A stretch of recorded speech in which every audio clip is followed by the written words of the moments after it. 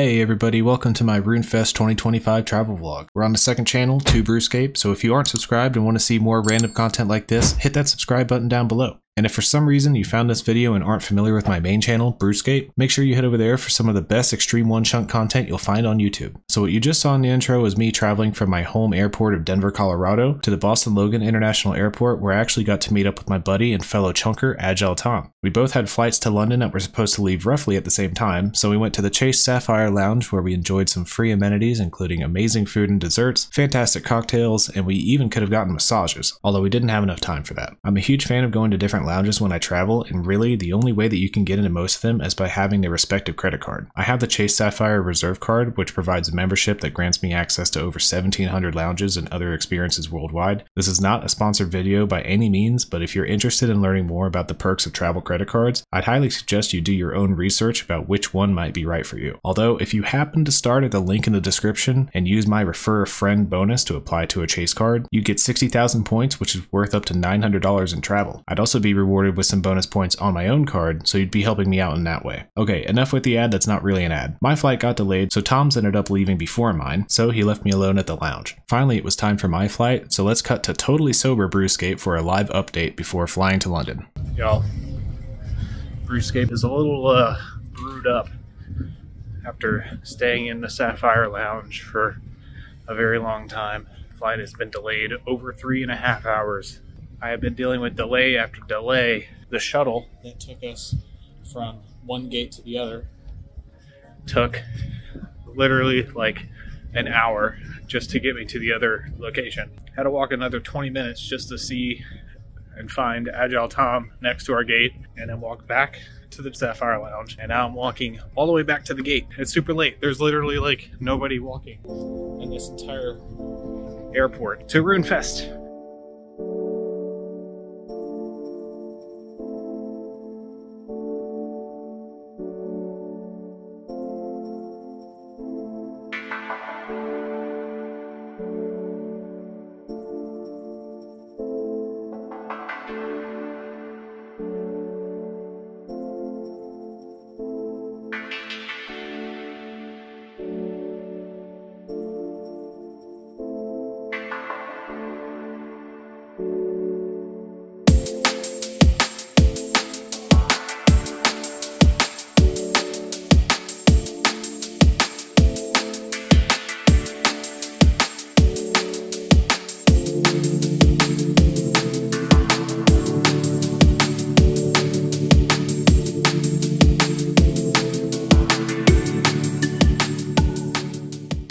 After arriving in London, I met back up with Tom and his friend Connor, who lives in the UK. Connor showed us the ropes when it came to London's train system, which was super easy to grasp and even easier with a guide. We dropped our bags at the hotel, then went to see one of the most well-known attractions in London, the Eye.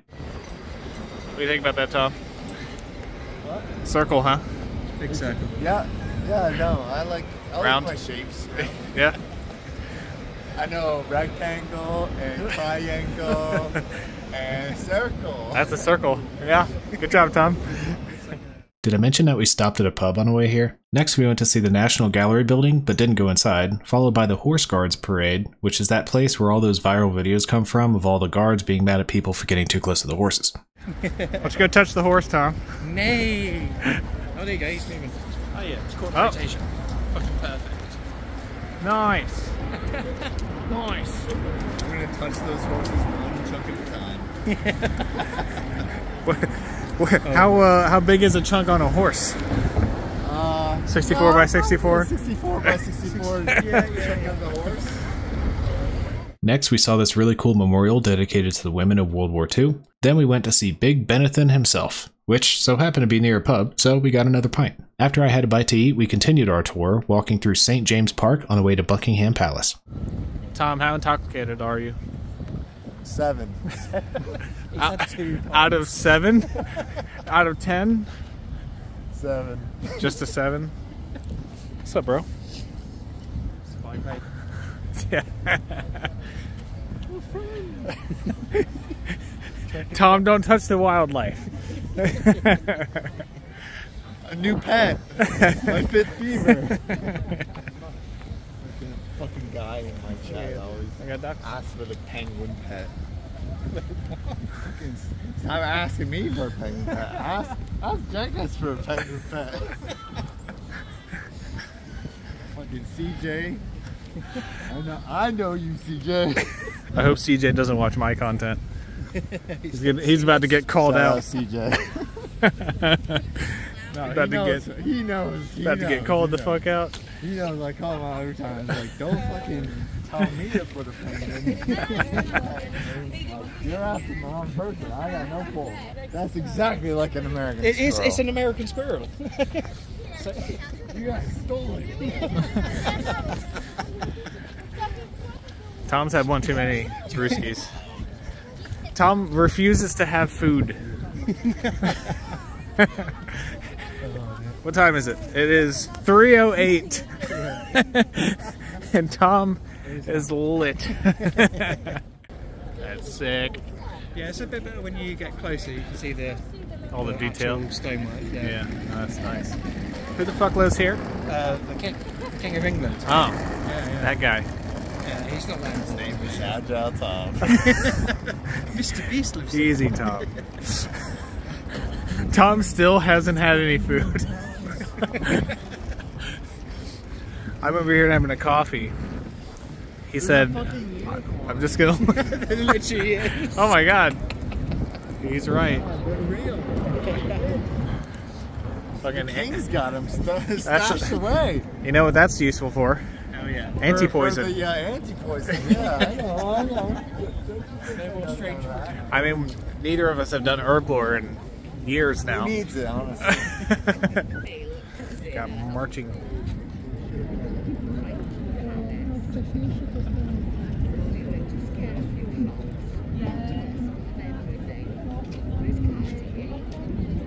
Take a picture of the Americans in front of the castle. I'll take a video of you taking a picture of the Americans in front of the castle. Literally smiling through it all. Look at that. What is this pose? Connor is a chef who really wanted to find a special occasion to go to this restaurant called Fallow, and meeting us was apparently special enough. Here's a blurry picture of some duck liver parfait that we had, which was extremely potent, as you might expect. We ordered a bunch of stuff off the menu, but the highlight was definitely the smoked beef ribs. After a late lunch, we walked over to Piccadilly Circus to relive one of those Modern Warfare missions. Copy, Sergeant. Suspect shooting into the family. But mostly ended up watching a dance performance that was honestly pretty bad. We then took a taxi back to the hotel and packed it up for the night. After a much needed night's rest, we woke up to grab an amazing breakfast. We both ordered a full English breakfast, and I was able to convince Tom to try the black pudding. You gonna try that black pudding? That's the mushroom, this is the black pudding. Okay. Try a bit. Live reaction. No pressure. How do you do on really gamey, meaty things? See.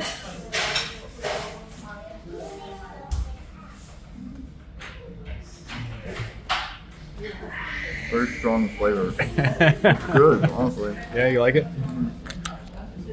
I didn't exactly order mine. We'll see. Might have to eat it. Just make myself do it.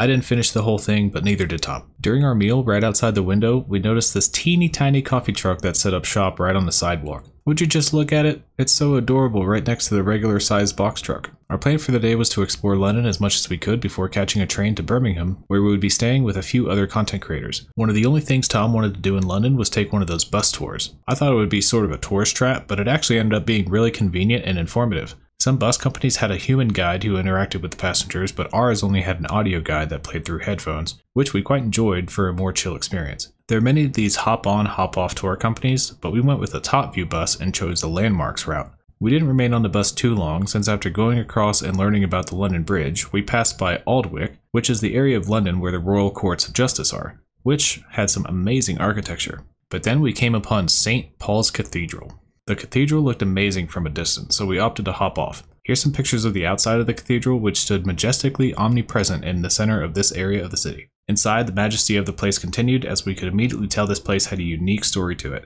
One half of it being decorated in plain white stone, and the other half having that same stone construction meticulously gilded as if it were a Roman Catholic cathedral. Both being enjoyers of a good history lesson, Tom and I opted to join a walking tour. Prepare yourself for your own brief history lesson.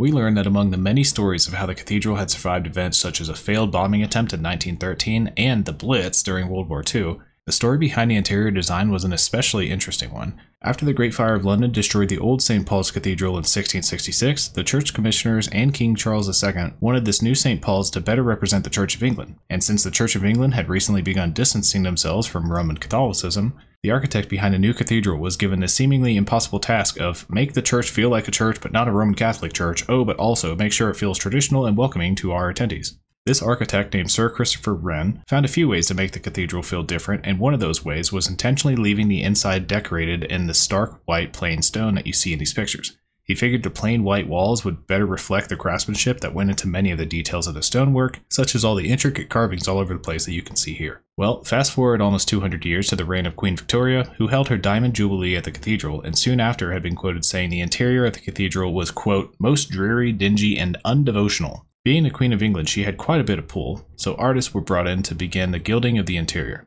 There was also another influence from something called the Oxford movement, but let's just pretend it was the Queen alone because that's so much funnier. These artists installed these objectively gorgeous mosaics, which were reminiscent of the ones showcased in some Byzantine churches of the era, and accompanied them with the traditional gilding of the Roman Catholic churches that Wren sought to stray from in the first place. The plan was to revamp the interior of the cathedral in its entirety, and I don't exactly remember why it stopped, but I think it was because Queen Victoria died.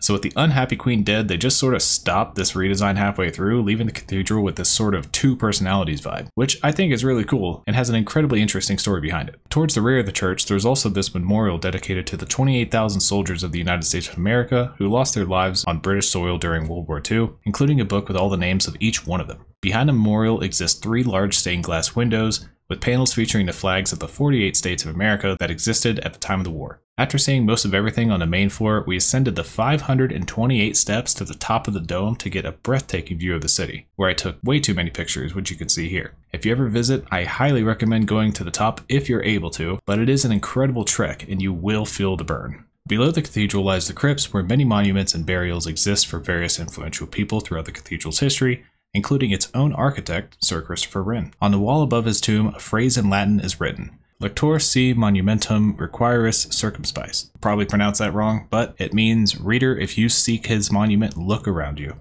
After buying some overpriced lattes in a coffee shop before the exit, Tom and I hopped back on the bus and went over Tower Bridge. Not to be confused with the previous one that we went over called London Bridge.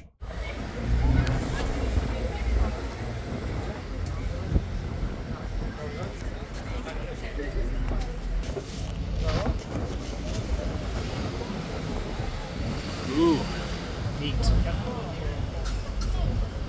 They said arguably the most famous bridge in the world. I don't know. I feel like the Golden Gate. Did they know about the Lumbridge Bridge? Because that's pretty famous. The Lumbridge? Lumbridge. Yeah, it's the bridge that goes over the River Lum. Yeah. Did you know that? Have you watched Rune LoreKeeper's video? Yeah, exactly. We continued on our bus tour, but not for much longer, as we had to head back to the hotel to grab our things so we could make our train. On the train, I went to grab a beer from the concession stand, as is tradition, and saw this sign that I thought you all might enjoy. We traveled into the night through the British countryside, then finally made it to our Airbnb, where we were surprised by even more OSRS content creators than we thought we'd be meeting that night. They were waiting for us to head out to dinner together, so we immediately walked over to the nearby Hillfield Farm restaurant and had a nice meal. Check out this absolutely stacked table of creators. Another day in the books, so it was time to head back, go to bed, and prepare ourselves for the first day of RuneFest. We made it. Obviously. I almost just ate that pole right in my chest.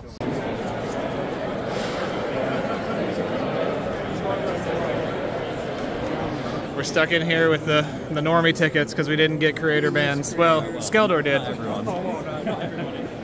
What's it look like? Yeah, don't lump me in with nothing different. Yeah, just it's got a big word here. Just a word. Player on it. How do you get that wristband but don't get in? He's just nice and he wanted to be with us. So yeah, he's a genuine guy.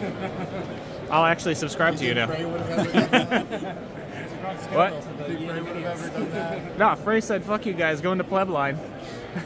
Yeah, not buying his merch. There's no way telling him in this line, is there? Yeah, he's advertising his chunk hoodie and like half the words falling off. Wow, Did you see? No. You'll be alright.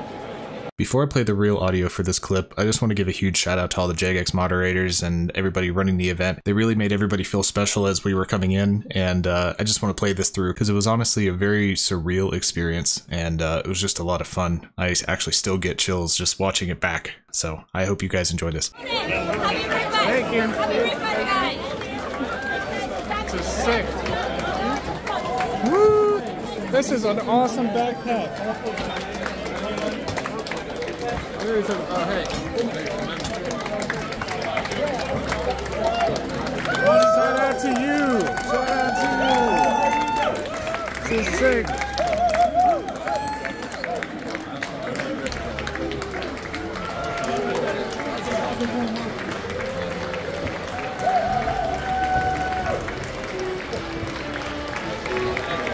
Catapult training.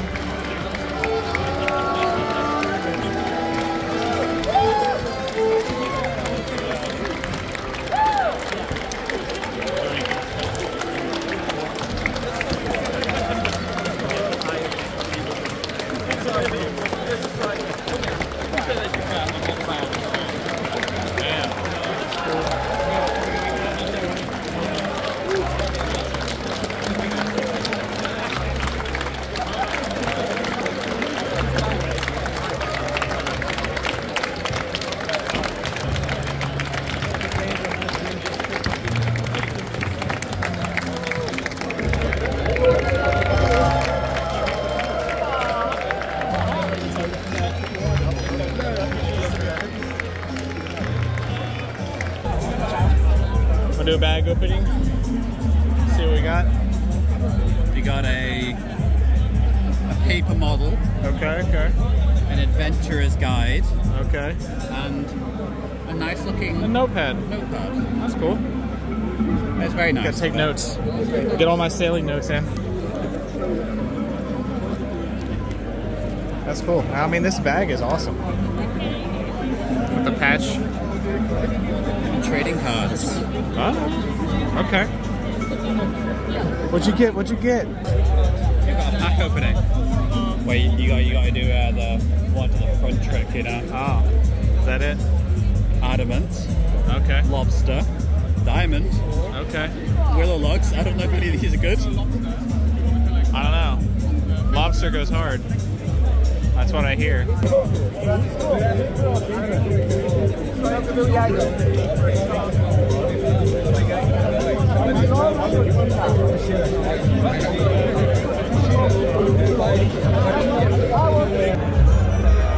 at this weirdo trying to sell stuff. Has anyone seen Mark's missing horn? Please don't drink what's inside. Oh, he's a genuine trader. This guy spent a lot of time at the GE. Yeah.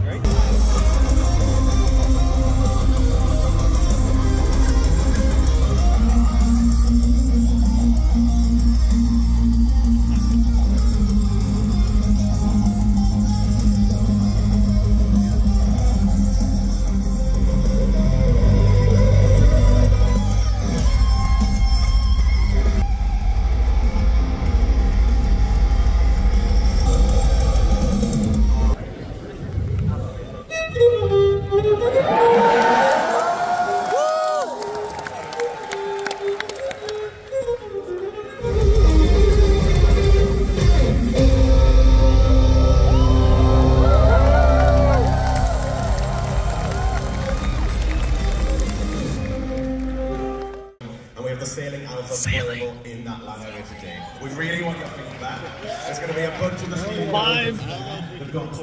Live alpha. alpha. Miss them. I know, I probably can't record it. Sailing land area, let's go. We're gonna try sailing now. It's working. Signing in. Alright, we have sailing chunk created. How is it? Sailing alpha. This is a jank. Let's see. Pleased to meet you, Sailing Chunk. Welcome to Sailors. The first reveal on the doing it. I'm sailing. Subathon. I'm out of my chunks though, so you know, time to restart the account. Okay. I'll take your phone. I'm over here. Where do I need to go? Oh, am I heading the wrong way? I might be heading the wrong way. I went too far, apparently. Don't Oh, break look, it. there's sharks. There's Can you sharks. attack it? Yeah, I think so. If you had an arrow, bow and arrow. Wait, Start it over. Ah! It says combat at sea is not currently enabled. Ah, I see. Oh no, I have 5 minutes left. I haven't done anything. I think he's getting I just started moving. By the way, the first step of the quest immediately put you into the boat. So, can't even start the quest. Oh yeah. It's a new area. Yeah. How's the quest Open going? your map. So, as soon as I started it, I would be out of my chunk. And then, as soon as you like do the salvaging, they send you here. So this is another new chunk. So, like, you're not going to be able to actually do much. I actually feel like that's kind of good. Yeah. Not to have to be, because I was worried that it would be like, you know, you could do a really shit training method off Ports Rim and Well, the you could 99 Cape would be you there. could just go in circles. Trim your sails, but I don't think trimming your sails would be. That wouldn't be a training method. No, that's almost like fixing. Yeah, but what? It's like jumping over an What obstacle. if you trim the sails and 4 minutes trim later they break and you can do it again? Yeah, you it's like can. 12 extra. It is literally wheel fixing. Yeah, like 4 in minutes later, it's not going to be a training method. Alright, I'm gonna do my first cargo run. I have to go to Port's Rim.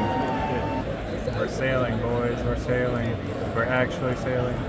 Gust of wind, trim sails. Level 2 sailing. I did it.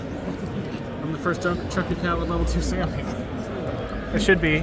Up. Alright. I disembarked. Now I have to come over here, get myself some cargo. Take cargo from the ledger table. Yeah, all of this is out of my chunk. Right here is the border. That's so fucked. I need to unlock more before this comes out. Oh, I have to pick up the cargo. Rookie. Take all. Nope. Take. Open. There we go. Draw crate. 100 sailing XP. Nice. Level 3. Hey! Completed the quest. I got 300 sailing XP. Now we're level 6. Where Varrock? There, Varrock. We soon met up with Verf, who actually knew Tom because of the streaming and everything. And then Tom introduced me, so that was great. Here's evidence of Verf and Agile Tom account sharing. Who built these ruins? So all I gotta do is Perhaps click on the we'll never know an furnace. answer to these mysteries. They're a cute couple. They're account sharing. These were the world fell from paradise, and gods long forgotten lay claim. This is Agile Tom. It is like really He's on nice Verf's to account. Making No, I'm Agile Tom. making some time. Oh, that's Verf? Yeah, that's Verf. I don't know. Tell me something in Dutch. Verf. I don't think that's a word, right, Verf? No, it is. Oh, it is? Okay. How many beavers you got over there?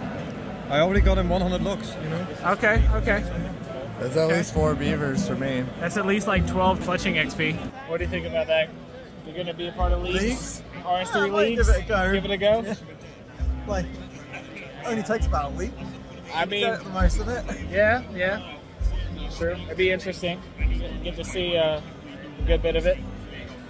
Try out RS3 again. Enough.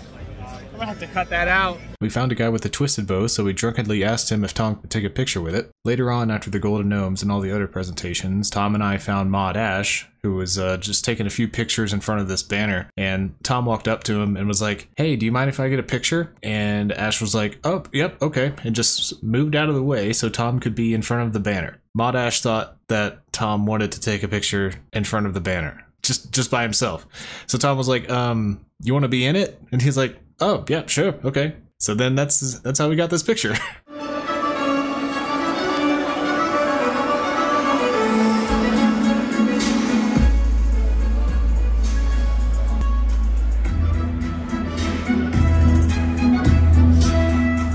After the first day of festivities were completed, we regrouped and met up with even more creators, including Hanannie and Impling Only. We all went to the nearby casino to hang out, eat more food, and do some gambling. I don't have any pictures or video from this night, but RiceCup, Verf, and I had a great time playing blackjack. Well, at least Verf and I did. RiceCup just kept on losing and ended up being down a few 100 pounds. Verf did pretty well, and I ended up making about 80 pounds. The next day of the festival was just a half day, where there were a lot of creator panels and additional time for all the participants to go through all the different activities they had set up. I also spent some additional time playing the Sailing Alpha and talked a good bit with Mod Elena about different things related to sailing, and specifically where they might end up putting the sailing skill cape. She was pretty adamant that it wouldn't end up with Ned and Draenor, as he's canonically not a very good sailor, and she was open to not putting the skill cape on the starter island of Pandemonium, which would have resulted in a pretty bleak gameplay loop for extreme one-chunk men, but more importantly wouldn't provide some additional excitement to the lore of how one could find a master sailor. We shared some ideas and went on about our day. One of the highlights of the entire day was when this guy on the left in the tan pants came up to Alien, Food, Fray, and Josh and was like, "Oh my gosh, can I get a picture with you?" And then just like looked at this random guy on the right, handed the phone to him and be like, "Hey, do you mind taking a picture with my favorite creators?"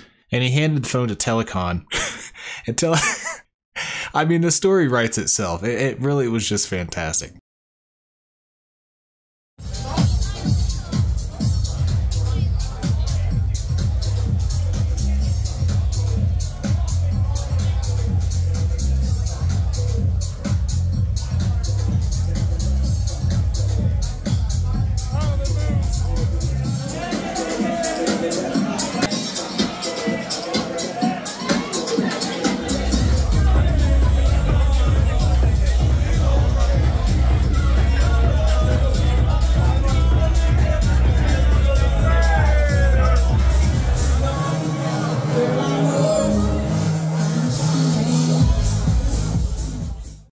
We partied into the night, then woke up the next morning to an early checkout. Tom and I said goodbye to all of our friends, except for Skeldoor, who was kind enough to drive us to the train station. We took a train back to London and met back up with Connor, who had a few hours to kill before needing to head off for work. So we went to the British Museum together to explore some of the world's finest stolen artifacts. Wasn't there French on it? Greek. Where Varrock? Right there in plain text.